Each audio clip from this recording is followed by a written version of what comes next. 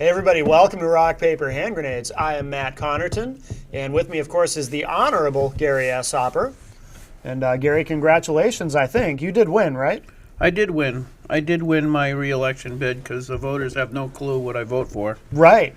That's I think good. that's because a lot of the conservatives were knocked off yesterday. So either A, I'm not a conservative, which is possible, or they don't have any idea how conservative I am. Right. Ignorance is bliss when you Yeah, and walk I'm into going. that Yeah, voting exactly. booth, you know? So that's when they ask me questions. What you do as a politician, if they ask you questions, you just don't answer it. You change the subject. Well, isn't it an old political trick? They say you never answer the question you were asked. You answer the question you wish you had been asked. Or that you want to answer. Yes. Yeah. Yes. Bob taught me that my freshman year. Really? Good. This is our guest today is Senator Bob Clegg. Uh-huh. He's retired. He was the were you in, I don't even know what you were, majority leader when I first came into the 2000. When I was in the House, I Yeah. was Speaker Pro Tem. Speaker pro tem. Yeah. I didn't even know what the hell that was when I was a freshman. Pro tem, is that Latin? Still freaking have no clue what it is. But It means I had the small office on the end with a window. oh, okay. Now that makes sense. Right. See, if you Pro tem put is it a small put it in office. practical terms, I can get it. Speaker had the big windows. The Speaker Pro Tem had the little windows. All right. And then you were sick of little windows, so you went to the Senate. Right. Where I became the majority leader the first day I was there. Yes. That's because, Did you remember get when you bigger said windows? ignorance was bliss? Uh. Well, I wasn't too bright when I got over there, and they gave me that job. I thought it was an important job. I wasn't too bright taking that one. Now that was when Gatsis was Senate President. First I was there with Tom Eaton, Okay. and then I was with Ted Gatsis. Okay. Yep. Okay. I remember why. In fact, Ted and I were about the same size, so people used to confuse us all the time. No, because I remember you were with Ted Gatsis. Because I went to a party for Matt Quant out near I forget what town it was, out near Exeter somewhere. Yeah. It was like his birthday. They're having a big bash for his birthday, and I showed up on my motorcycle, and he yells out, says, "What the hell's a blind guy doing riding a motorcycle?" And so I said, "It's okay. I smoke pot to control my glaucoma." Mm-hmm. In front of Gatsis. Yeah. I was full of crap. I don't smoke pot, but Yeah. he knew I was full of crap. But I'm sure Gatsis had no clue. Really? Yeah, he did one of those stunned looks. So anyway, I'm pretty pissed off today Well, Why's that? because I got to get a new name tag. Why? Because the name tag says, what does it say? Well, I see your name on there for one thing. New Hampshire House of Representatives, Gary Hopper, District Ware, Goffstown and Ware. Yeah. Well, now I'm going to be representing Ware and Deering, so I got to get a new name tag. Deering, though, that's nice. I think I might have driven through there once. Yeah, it's a nice town, Yeah. but I still got to get a new name tag. Yeah. So Well, it'll be fancy and shiny. ask for a green one. green. Yeah, Why green? because that's what the Senate has. Oh, that would upset people. Wouldn't it, though? Yes. But you know me, I just try to get along. So yeah. That's why I thought you might want a green one. No, wait. What's the color of the lobby? Orange. Orange. Hunter orange. Hunter orange. I'll do that. I'll get a hunter orange one. People. You should. Oh man. So anyway, I have Senator Clegg here to talk about the election results. On Facebook, I called this our show tonight all about crying and gnashing of teeth because it seemed appropriate. Because I lost a lot of friends yesterday. Yeah. I mean, I didn't lose friends, but the fact of the matter is, when you're in the House, the fact that maintaining friendships is a lot easier because you're seeing everybody every Wednesday in committee rooms. Yeah. We remember a couple of weeks ago, or it was last week, right? We had Paul Mirsky, Dan Itza, and Paul Ingridson. Yeah, that was a fun show. That was interesting. they came here because they called me up and said, we want to be on your show, which is ridiculous if they actually knew what the show was.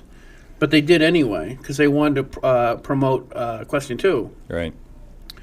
and 2 of those guys are gone. Oh no, really? Paul's gone, and the thing that bothers me is people have no clue how awesome that guy is. Paul Ingridson is He's amazing. he's amazing. He's freaking smart. He's a straight shooter. He's just a wonderful guy.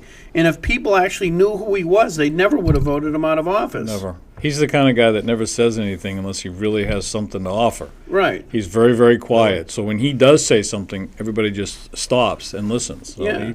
he's like E.F. Hutton at the State House. Exactly. He's a brilliant man. He is. He's wicked bright. And then you have Mirsky, who is the kind of like almost a guru up at the State House. Yeah. I would, Well, he was the one that steered the legislature through the impeachment of Judge Brock when that all went down. That was Paul. I still say to this day that Paul had demanded answers from the court system on certain issues, and they wouldn't give it to him. So he went and he got a subpoena, and he handed the judge a subpoena and said, "Now come testify in front of the legislature. We have a right as the people's representatives." And the next thing you know, we had the first time Claremont ever ruled against what the legislature had wanted, and suddenly we had people, well, Howie Zibble said, "Hey, wait, they're playing games behind the curtains," and that was the end of it. But Paul Mirsky kept everything on the up and up. Didn't let anything get beyond where it was supposed to be. So Paul's the square shooter too, Paul Mirsky. Yeah, he's smart. His institutional knowledge and his knowledge of the history is just wonderful. And so we lost 2 of those guys. And you're talking about people who are working for $100 a year that are devoting that much time. It was Ingridson that was the one who really pushed the committee of Redress redress of grievances. Oh yeah. We've had a show on redress of grievances. That's gone. Because of the election yesterday, there's a snowball's chance in hell that committee is going to continue. Right. It's not going to continue. There's going to be a lot of changes. There's People just don't have. It's like they go up and they're angry at Republicans, so it's like shooting with a shotgun rather than.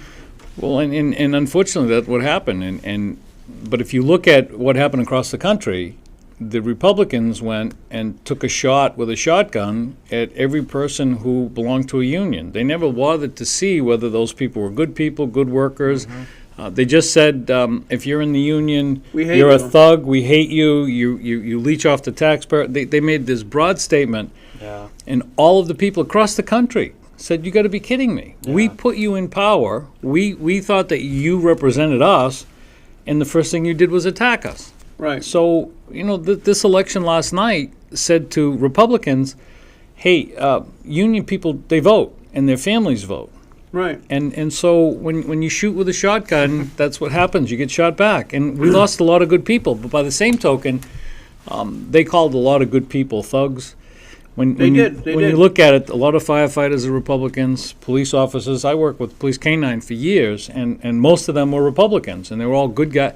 At a drop of a hat, whenever there was an emergency or a crisis, we would be traveling halfway across the country. 9/11 was the police and fire guys that put together all those drives and drove stuff to New York City, and all of a sudden they became the thugs and the bad guys. Right. We got paid back. Yep. Yeah, the sad part about that one is, mainly it's because of redistricting. One of the couple of Republicans that really fought to defend those guys were Lee and Matt Quant. Yeah. And they got trashed yesterday. Right. And I think that fundamentally, it's again, the people don't really understand who specifically they're voting for. Mm-hmm. Well, and we have a certain segment of the Republican Party who thinks that anybody who disagrees with you is an enemy. And some of the things that they did, like what they did to Matt Quant.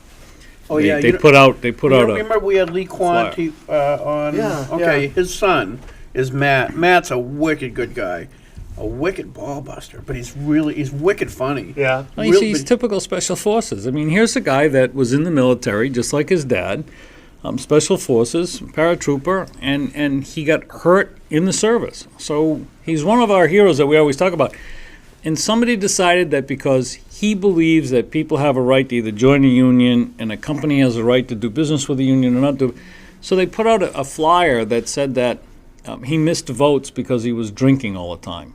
And the Really? reality is his mother had double knee surgery, and all of a sudden his father had a heart attack. Not like that was planned, obviously. Right. So here's a kid that does what you're supposed to do.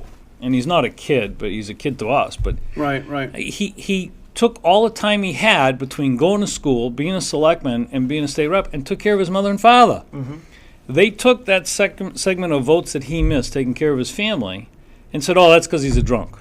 And they put that flyer up. Awful. And they were cowards, because not only did they put it out, but they put it out under a false name, saying Citizens Against Drunk Legislators. Oh, jeez, really? It doesn't exist because they don't have the guts to confront two of our military heroes. That's Yeah. what it is. These That are is- the real cowards. Yeah. And that's what, and so these guys lost the spot. Now, here were two guys that, again, if you needed help and you needed somebody, you work at, well, Lee Quant spent all summer long after that medical tech gave everybody hepatitis C. He sat there, he assembled lawyers, doctors, anesthesiologists, all kinds of people that never sit at a table and said, okay, how do we fix this so it never happens again? Spend all summer doing that. And nobody has ever been able to put doctors, lawyers, nurses, and regular people at a table at the same time and come up with something that works. Right. Instead, he didn't agree with them And how on much did right he to get paid work. for that, though? Well, the $100 he got for the session, Well, that's what we I'm figured getting it at. out one time. I think it costs you money to be a legislator. Oh, it must with all the driving, and you get some of the mileage, right? But not. No, not really. No. Not enough to make up for the wear and tear on your car. Yeah. But yeah. that's what I'm just being sarcastic. But those two guys are awesome, and it just they threw the baby out with the bathwater. Always Yeah. fought for the little guy. Yep. And they never asked for anything. And if he watches this show and hears me say that they're both military heroes, I'm going to get a call and he's going to say, he doesn't expect anybody to ever say that, doesn't expect a thank you or anything, but he is. There's a guy that spent time in Vietnam, and did his Korea. service in He was Korea, a sniper in Korea. and he served honorably, and so did his son. And his two daughters serve, and so, but he get treated with such disrespect, Yep. and Matt with such, it's just ridiculous. But and this goes to why the Republicans lost across the country. Well, I'll take the other one. Not everybody agrees with Planned Parenthood, but when you talk to young women, single, and they don't have health insurance, guess where they go to get their breast exams, their contraceptives, all that stuff? They don't have the money. In fact, one girl said to me, I have insurance, but it's cheaper for me to go to Planned Parenthood because I pay less than I do when I pay my copay for my Wow. doctor. It's Yeah. a $30 copay to go to her doctor's office. She said, and she doesn't make a lot of money. She's got 2 kids. So I get it. But again, what do? We say, oh, we're just going to dump that. Instead of saying we're not going to fund abortion because federal money can't be used for that, we just say we're just going to dump it and we don't care what happens. Well, the result is that people go to the poll and say, if you're not going to represent me, I'm not voting for you. I'm going to find somebody who will. Right. And they did. My perception as an outsider, as I'm an independent, a former Democrat, and the Democratic Party got a little too liberal for me, so I'm now an independent.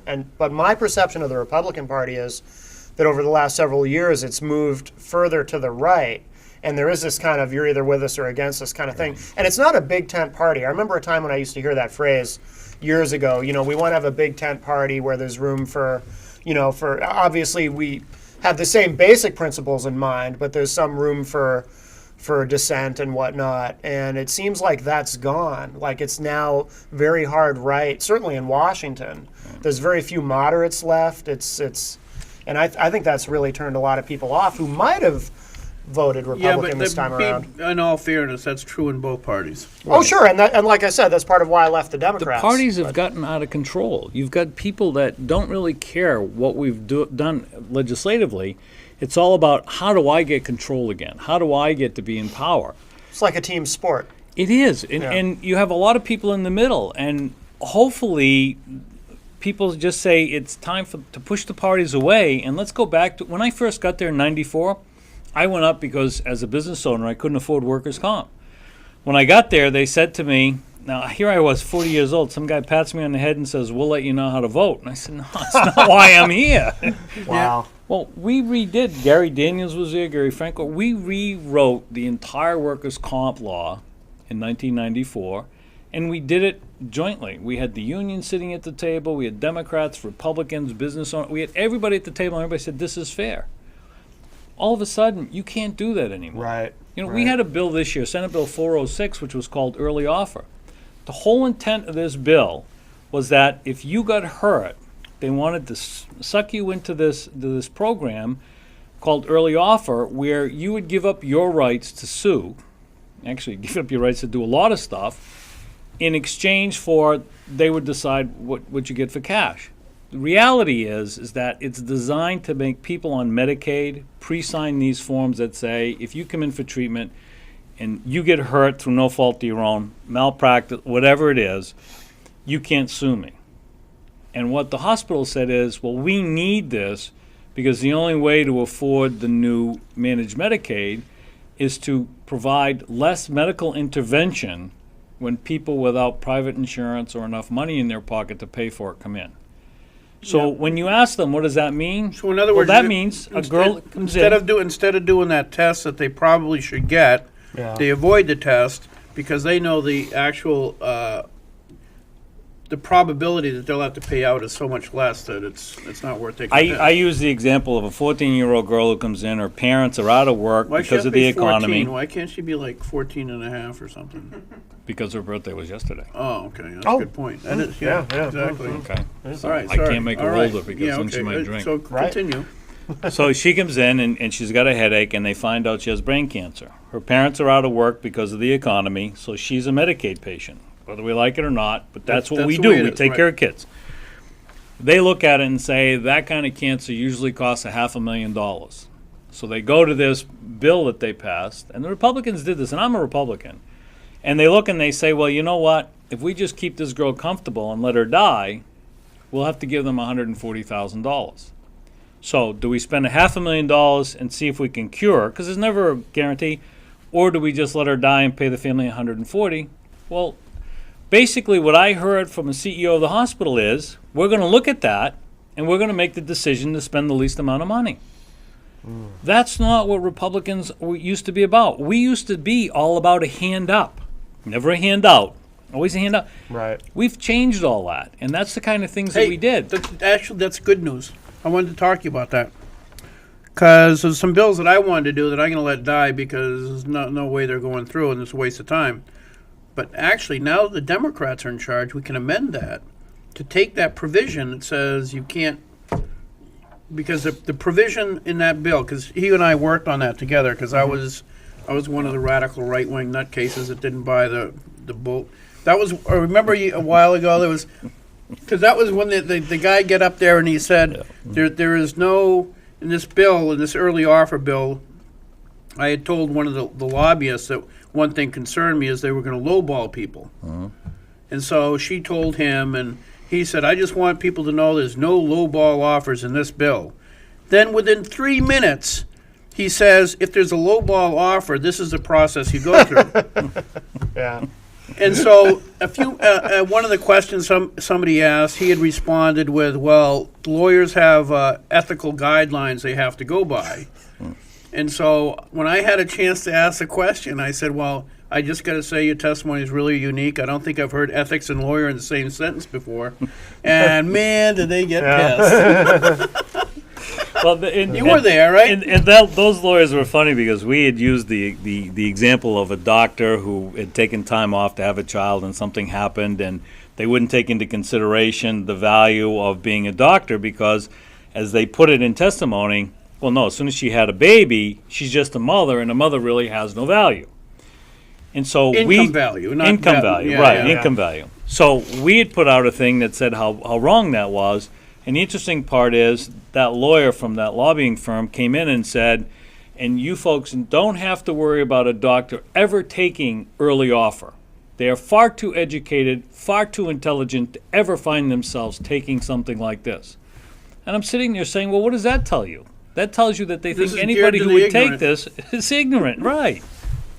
Or don't have a choice. So anyway, you can work on me. We can get a bill so that if they do take early offer and they don't like how they're being treated, they can go back without any penalty. Well, they should, because otherwise you have to buy. Right, but right, Right. we can amend You have to it buy now. your rights back, and nobody can afford it. You would have to post a bond of about $300,000, and they said, oh, that's only going to cost you $200. And I try to explain to people, I'm a business guy, you don't buy a $300,000 bond for $200. But anyway, doesn't happen. we can work on that. We should work on that. Okay, good. Because now the Democrats in charge, they're not going to be as adverse to that. Of course, there's still going to be a lot of money to try to prevent it from going through, but it would be fun. Well, but money's good for the economy. Exactly. And it means I probably get free lunches or something.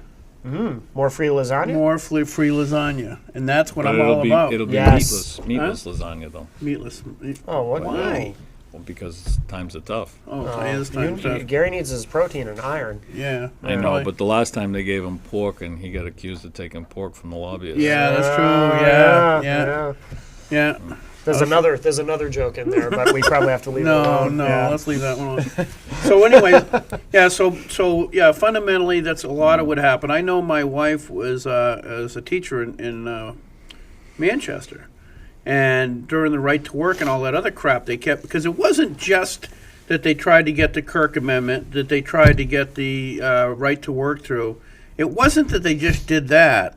It's that they just kept rubbing salt in the wound and going after it and after it and after it. They were relentless going after it. Every chance they got, they called anybody who was a union a thug. Oh, Yep. the thugs are at it again. Yeah, and then you had Americans for Prosperity doing all these attack ads on everybody and Right. spending hundreds of thousands of dollars. I'm guessing. I don't know what the total number was, and somehow they're not thugs. They're kind of Right, gentle. and then they used the Coalition for New Hampshire Advantage, or the New Hampshire Coalition for Advantage, whatever it was, that was no longer registered in the state of New Hampshire. It used to belong to Mike Biendo, and Corey Lewandowski started using that. And how he avoided actually being in violation of the law is he mailed everything out of Maine. And because it was mailed out of Maine, there was this theory that it wasn't subject to New Hampshire law because it was done in Maine, even though it ended up in New Hampshire mailboxes. And they did hit pieces on Republicans, because if you don't agree with Corey Lewandowski, or if you don't agree with the right to work, you're a rhino. You don't have any business being a Republican. So you could believe in everything else. Right. Case but in that- point, me. I mean, you know my voting record. It's right at the top of the food chain as far as conservative Republican. Right. If you look at what the platform stands for and what I vote for, it's like I'm right there, except for that one thing. And they were people calling me a rhino. Yeah. Well, I keep saying, if you want smaller government, then why are you telling me how to run my business? I'm a private. I got Excuse me. guy that I know has a company. He's union because he does a lot of work in Massachusetts. They're all welders, and he just said it's easier. I have to pay them the wage and the whole bit, but he was going to have to pay these guys anyways. But he has 3 guys on the crew that are a pain in the butt. Yep. And when they get out of hand and they cause trouble, he walks up to the union, points his finger at the main guy and says, "You better take care of it. I'm getting fed up." Well, when this right to work thing was going on, and it looked like it was going to pass, the union kept going up to him going, "I can't wait for this to pass, because then they're not my problem anymore, they're yours." So the guy called me up and he said, "What is wrong with the Republicans? I'm going to have to hire somebody to take care of these 3 guys. I can't fire them because you're going to make, they're entitled to everything. And the union's going to throw up their hands and say, glad to get rid of them."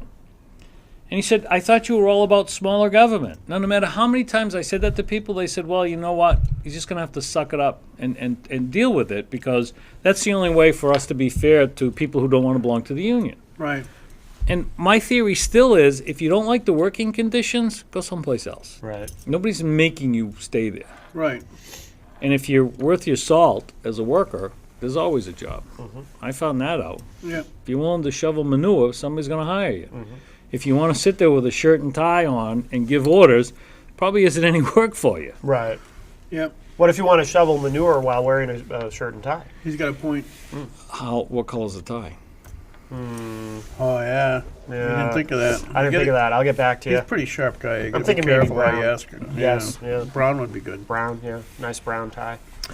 But anyway, yeah. So that was, I think, a lot of what happened yesterday. Is when my wife was making those phone calls for the union, just like ours next to a lot of those people's names. Yeah. So you took all those people that are conservative, possibly social conservative union members, and you gave them no choice. My daughter's a union member. She's a teacher, and she came to me and she talked to me and she said, I really don't want to be part of it, but here's what my fair share is. And she said, I don't mind paying a fair share. And she said, as long as I get all the benefits, I don't mind. And I looked at the difference and I said to her, but wouldn't you rather pay that extra money every month and go and complain? And she thought about it and she said, you're right. Yeah. She said, then I get to have a say, don't I? And I said, Yeah. sure you do. So she goes and she rallies everybody else. So her union's just a little bit different than a lot of others, because there's a whole bunch of people who would normally step aside and just ignore it all, who have taken a part of it. Right. So, and believe me, my daughter's pretty conservative. Even I don't mess with her. But I know my wife went and she couldn't vote for LaMontagne, because the first things out of his mouth is right to work, right yeah. to work, right to work. Yeah. That's It was- the narrative nationally. That was the narrative Yeah. for every Republican nationally and locally, and it was And Ovid wanted to be Scott Walker on steroids. I was just thinking about Scott Walker, yeah, because I think people saw that Scott Walker was able to beat back the recall right. of effort, and they said, oh, well, see, if Scott Walker can do it, we can all do it, and we'll be Yeah, successful. but look what happened in this last election. They Yeah. had the same phenomena that we had. It just that entire state went Democrat. Yeah. So what did he win? And the court case, he eventually lost that. Yeah. But the media only focused on when he won and he beat it back, and then everything he said that he was going to do, he lost it all. So what did he do other than anger a whole lot of people? Yeah, and the Yeah. other thing too, and what I've just talked to my brother's like one of these anti-union people, and I says, well, it depends on where you live. In New Hampshire, the unions aren't that big a deal. Yeah. I mean, are there instances where, I was at the polling place and they were talking about cops getting these huge pensions and stuff. Are there issues? Yeah, of course there are issues. But it's not like the unions in some of the big cities like Boston that have so much control that they're abusive. They're as bad as any employer possibly could be. But in New Hampshire, it's really not that big of an issue. But look at why some of those police officers that they talk about, how did they get? Finneran is probably a big one. He got a giant retirement package because when he went to work for that community, they made a deal where he got to bank all of his time off, all of his holiday pay, he got to put all of this money in, because as far as they were concerned, it didn't cost him anything. So by the time he retired for more money a month than he was making. Right. So he retired at, I think, Wow. $120,000 a year, and I think he had a $75,000 or an $80,000 a year job. No kidding. Because he had banked everything, so when they brought it out, his last 3 years was this huge amount of money. Yeah. Well, we didn't do that. The community did it. So what the state of New Hampshire needs to say to the communities are, If you don't like You it, cut don't that make d- those deals. you cut that deal, you pay the difference. Here's Right. what the state retirement pays, and anything above that you want to make, then the local people pay for it. Right. You know, we've had a number of recessions, and I was part of local town government, and I remember one year we just didn't have any money, and I went to the unions and I said, "What can you do for us?" I said, "We just don't have any money." And they met and they got back to me and they said, "Here's the deal. We'll go 2 years with no raises. All we're asking is that at the end of 2 years, when it comes time for a new contract, that you stand up and you at least help us explain to people why we should get a raise." And I said, "And what if you shouldn't get a raise?" He goes, "Well, you gotta promise us you'll stand up and at least say something." So for 2 years they went without a raise. No negotiations, no pickets, nothing. They just said, "We get it." 2 years later, because they had performed so great, I stood up and said to the people, "Here's what they did. We didn't make a big issue of it, and they asked us not to. We said, but for 2 years, they gave back to the community all of this. And so the community voted them this huge raise and said thank you, because Yeah. then we had money, before we didn't. So there's something good to be said. Are there bad unions? Of course there are, but there's no bad, there are bad locals, there are bad people. but Right. there are bad legislators. Yeah. Well, you're looking at me when you're saying that. What the hell's going on? Well, because I I figured caught that as you- well. I yeah. you see that? Yeah. I saw it figure you know who immediately. they are too. Oh. Oh. I was starting to get, my feelings were going to get hurt. So now he's assuming that you associate with all the bad legislators. Well, he does. Yeah, I do. I do. Kind of have to. Yeah, no, I agree. Is one of the things that, kind of people complain about unions in New Hampshire, but fundamentally you only have 1% of the private employers actually have unions. That's It's it, not huh? a huge union state. Wow, that's tiny. Most of the unions are local, and most of the contracts are voted at the town meeting. Right. And so, why is the state telling the town what, if you have local control, why does the state have to tell the town what they can and can't do? Or what they can or can't agree to? And why are city and town workers unionized? Because people become elected as politicians who think that they can go in there and tell you what to do. We used to have a guy in Hudson who would drive his car in beginning of the winter, and he'd say to the guys, "I'll put my snow tires on." Well, that's not what they're there for. They're not there to service your vehicle. But this is the way he was. And then if he didn't like somebody, he would just walk in and say, "I want him fired. Get him out of here." So you unionize. Right. And a lot of it was political. This guy happened to be a Democrat, and he didn't like Republicans. So And we have a call. Hi, welcome to Rock, Paper, Hand Grenades. Who's on the line? Hi, my name's Kevin. Hi, Kevin. How you doing? I'm hanging in. How about yourselves? All right. A little upset I hear you. because we my have a name new tag. sheriff. What? We have a new sheriff. In Hillsborough? Was there a sheriff, a newly appointed sheriff? In which county? Manchester. that would have been Hillsborough County. So are you saying Hardy lost? Okay. I don't know who it was. I didn't catch it in time last night. Oh, so you're wondering who won in Hillsborough County for sheriff? I don't. I actually forgot to look at that. It would I- either be Bill Berry or I can go online Jim and Hardy. find out. that's the in. other thing I wanted to know is instead of the big abortion fiasco that someone was running on, the other thing I wanted to know is, the federal government interjects themselves into the states.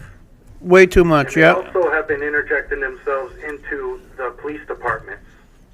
Obama said last night during his speech after he was elected president that he was going to be looking for a better police force than what we already have.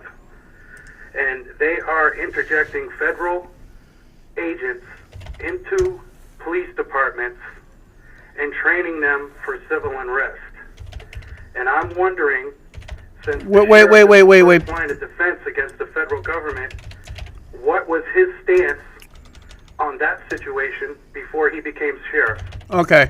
I know where you're going with that. Thank you. Fundamentally, you had in the New Hampshire primary, you had now I'm going to forget what was that guy's name that ran Can't against remember. Jim Frank Zabo? Zabo. Yes. Frank Zabo. He was the one who was talking about the sheriff should have the authority to protect the citizens and not necessarily go along with the federal and or state or local government. And their sole responsibility was to protect the citizens. It was Jim Hardy's position that as sheriff, he really didn't have either the resources or the authority to do that. It is traditional for him as a sheriff to support the state police and local police in their efforts to apprehend criminal and transport people from the jails. Hardy won. Hardy won. So Yeah. the sheriff that you had before is now the sheriff. Zabo lost in the primary, is is the person you're talking about. Okay. So Hardy is back in. I'd have to see if you want to post it on Rock Paper Hand Grenades on Facebook. The link to support your argument that the federal government's getting involved in local law enforcement. I'd be interested in seeing it.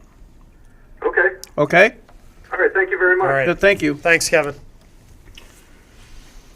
That's been an issue a lot of people have brought up, that, and a lot of it has to do with every time people accept federal money, Yes. there's strings. But, all kinds of strings. you know, and everybody has this idea that somebody could actually become president and create this internal police force. Go talk to some police officers, go talk to the military, and they'll all tell you off the record that there's no way that they would become a force against their own people. Right. Well, It's just not going to happen. Kevin, who just called us, he's a big conspiracy. He called us last week, I think, or the week before. He calls Norman Friends too. He's very big into conspiracy theories and that kind of thing. So I think that's kind of where he's coming from. But I don't think Yeah, he's but wait, wrong in his assertion that the government is attempting to control everything. But I just think that people need to have a little more faith in the folks that are actually in those positions. They're not stupid. They're just like us. Yeah. Well, the thing is, the way I look at it is, just because you're paranoid doesn't mean everybody isn't out to get you. That's right. That's true. But now I was talking to my local police chief yesterday, because I get along with he's a really nice guy. We have one of the only, I think the only, or one of the only elected police chiefs in the state. Oh. Because the other one wasn't very good, and my wife and I got a ballot initiative on the, but that's another story. Yeah. Anyway, Is that before or after you tried to sell a judge's house? that was before Oh. I tried to sell the judge's house. I just try to get along anyway, so. But so, I was talking to him yesterday, and I was saying, you know what really is got me paranoid is drones. As time goes on, those things are becoming so sophisticated. They could say that they're going to rescue somebody in the White Mountains and surveil all the way across till they get there. That's right. And they have the power to, or the capacity to, you know, pick up how many people are inside your house as they're going over, and all kinds of other information that they could dissect later, creepy. which is an absolute intrusion, Intrusion, a new word. intrusion. I just came up with a new word. Intrusion on your right to privacy, because you do have under the Constitution the right to be secure in your Right. house and in your belongings. And if they can just, you know, inadvertently, quote unquote, scope you out on the way to a mission or some saving the children, it's a huge invasion of privacy. And so I was talking to him about that, and he said this is the problem with a lot of police officers, because their objective is to catch people. So their commonality of their answer is, well, if you're doing nothing wrong, you have nothing to worry about, which is total bull. Right. Because under that presumption, you should be able to have cameras in everybody's house. Right, right. Right? Yeah. Because if you're not doing anything wrong, what's the big deal if the cops are looking in while you're, you know? But you ask those same people who have that attitude if it's okay if we put cameras on their houses, inside their cars, and in their offices. And then it becomes a little bit different story. Yeah. Right. Yeah. Right. Yeah. Exactly. But it's Do you know that you can go to Toys R Us and you can find a plane that has a camera that does exactly what you said, that's designed for kids? My son Really? and I were in there the other day, and we were looking, and my son just started laughing and said, this is a miniature drone. It's to teach you how to fly a drone. And he said it has the camera, and you look at it, it has, I forget how many feet that it'll transmit.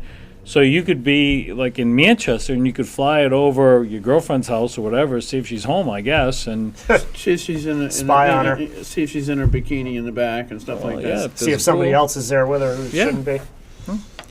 Why? What do you know? Nothing. What are you saying? No, I'm not saying anything. All right. But yeah, I anyway, so that stuff, I'm pretty paranoid about that stuff too. Yeah. But It's creepy. It is creepy. But I don't know what that has to do with the election yesterday. What does that have to do with the election yesterday? What else happened in the election yesterday? What would you think well, I'll tell you an interesting thing that happened. It happened in Manchester because my son actually lives here, and he went to vote, and he noticed that somebody that worked in the polling places was going into the booth areas and was actually assisting people in voting. So we found it a little odd, so we started listening, and the lady said, well, I'm not sure how to vote on this question. And he said, well, do you want the legislature to be able to control the court and undo anything the court does? Because you don't want to vote for that unless you want the legislature to overrule the court all the time. And she says, no, I don't want to do that. So we thought, wait a minute, why is this guy working here? Isn't that and illegal? helping? It is illegal. Yeah. So then he listened to him as he went to someplace else, and he said to somebody, oh, you having a hard time understanding? And it was the constitutional questions. And he said, yeah. And she said, well, on this income tax, I'm not quite sure. Somebody said, if I vote yes, it'll mean that there is an income tax, because there was a disinformation campaign going.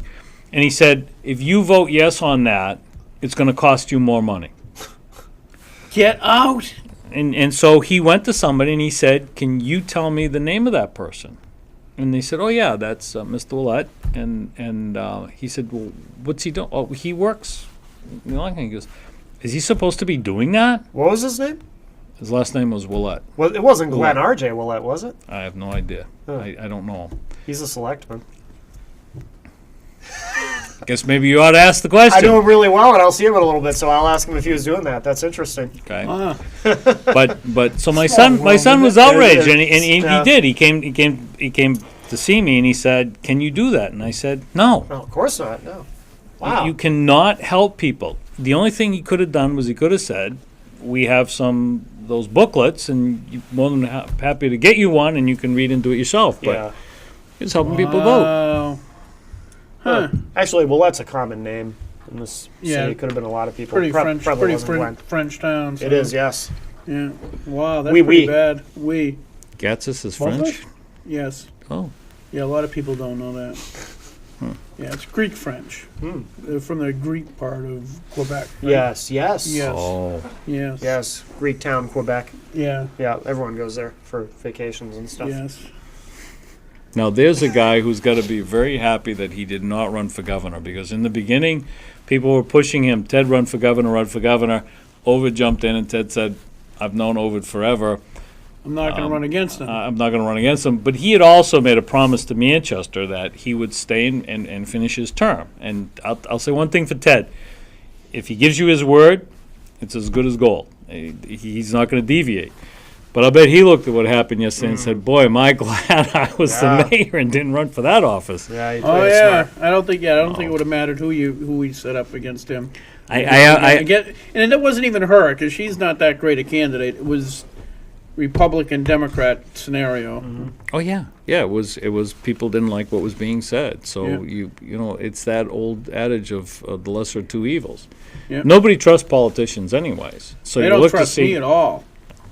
I know. I don't even trust me anymore. Once I became a politician, I stopped trusting me. Mm-hmm. He doesn't trust me. He doesn't trust you either. No, No. no. I'm retired, so you can trust me. I'm a lobbyist now. Oh, well. Oh yeah, all right, that works. We wouldn't lie. No, No, no, no. no. I never heard that. No, lobbyists always tell me the truth. But And they feed you. and if he so, the executive council went Democrat. The executive council went Democrat. Well, you know, again, Wheeler was supposedly winning early in the night, and then he slid off the map after. Dave's a great guy, but again, his mailers. I live in his district. His mailers really didn't have a lot to do with what an executive counselor does. He explained to me how he was a pro-gun executive counselor, and I spent 14 years up there like you did, and I said, well, you shouldn't be voting on any gun issues. That's not your job. So again, the message wasn't there. Dave, tell me what you do as an executive counselor. Tell me how you save me money, and I understand how some people say, I'm not taking the federal money, I'm going to give it back, but not taking the money and giving it back really doesn't do much. They just give it to somebody else, so you're really not lowering the deficit. And there are times when I look at it and say, was it wise to send the $600,000 back and not set up an exchange? Should we have taken it and held it in escrow somehow in case the election turned out the way it just did? Because now Obamacare is in, whether we like it or not. He's not going to repeal it. Right. So now the state of New Hampshire is in a situation where here's the law. What are you going to do about it? Well, we gave up our ability to do anything. Right. So, but I would have liked him to explain to me, here's why I didn't take Now, it. did his opponent do that? No. But again, it's not what she was going to do. It's what people thought that the Republicans as a whole had done. Right. So everybody was painted with the same brush. Everybody was anti-worker, Right. The right to work And Dave thing. Wheeler also was also part of the group attacking people. Well, yeah, He attacked David Welch, Right. and was quite proud of the fact that he kicked him off in the primary. Dave Welch was a good conservative. Right. I mean, he wasn't as conservative as Dave Wheeler, but I think his voting record is pretty good. But there's another problem where the people who believe in the Second Amendment rights can't seem to come to some agreement that some bills go too far, like 536 last year, where the intent was a 10-year-old who was being bullied in school had a right to bring a gun to school. Well, Wow. or two divorced people could go to court and one of them could be armed. I've seen too many divorces where if the wife had a gun, the guy would be dead. I don't care whether it was court or not. So. Yeah. Right. There are certain places where it's not appropriate. I understand you have a right, but there are situations where you gotta be reasonable. Yeah. Right. You've talked about that, how you got attacked because you Same group. Yeah. It was the same group, Yeah, yeah. Dave Wheeler's attacked me multiple times. Yeah. I like him. Oh, he's a good guy. It's just weird because there's this one part of Dave that's really a nice guy. Then there's the other part is so profoundly unreasonably and attacks people arbitrarily, or maybe it's not arbitrary. It's not the correct word, but relentlessly attacks people. I was telling on the show, I've talked about it before, and I've talked about it at my gun club because I'm not afraid to talk about New Hampshire Firearms Coalition. Yeah. And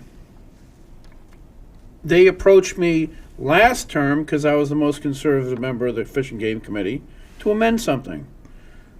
And I said, I get where you're going. I can't go there. I can't, in my mind, I don't want my name on something that would allow a 300 Win Mag to be pointed out a window with a bullet in the chamber. Okay? I don't want my name on it. So I said, I'll compromise so that rifle or shotgun, whatever it is still accessible for self-defense. We'll redefine a loaded weapon as a weapon with a round in the chamber. Mm-hmm. Okay? Everybody I've talked to says, well, that sounds like a fair compromise. Right.